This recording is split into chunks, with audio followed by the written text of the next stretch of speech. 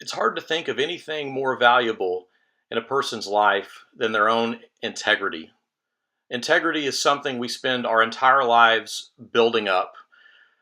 It's a challenge to try and be the same kind of person at all times in all places.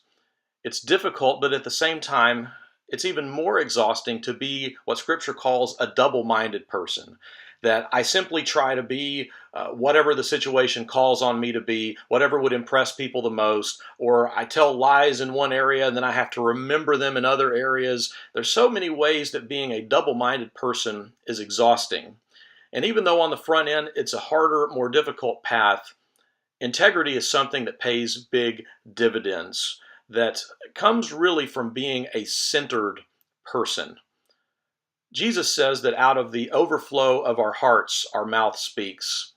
And so it's really when life gets difficult and presses us that true character, that integrity comes bubbling out, that people see exactly just how much integrity we really have once we're pressed and we're in a tight spot. The best way to achieve this is not to just hope that in the moment you can just start Googling the right kind of person you ought to be, but instead, integrity is something that is a intentional way of being. It's good to start your day with something that helps you move toward integrity. That as you begin the day, you say, here's the kind of person that I'm going to be. I'm going to do the kinds of things that a virtuous person would be doing. I'm going to make time for things that I consider to be true priorities. Being a person of integrity is something that is intentional, deliberate, and it does require effort.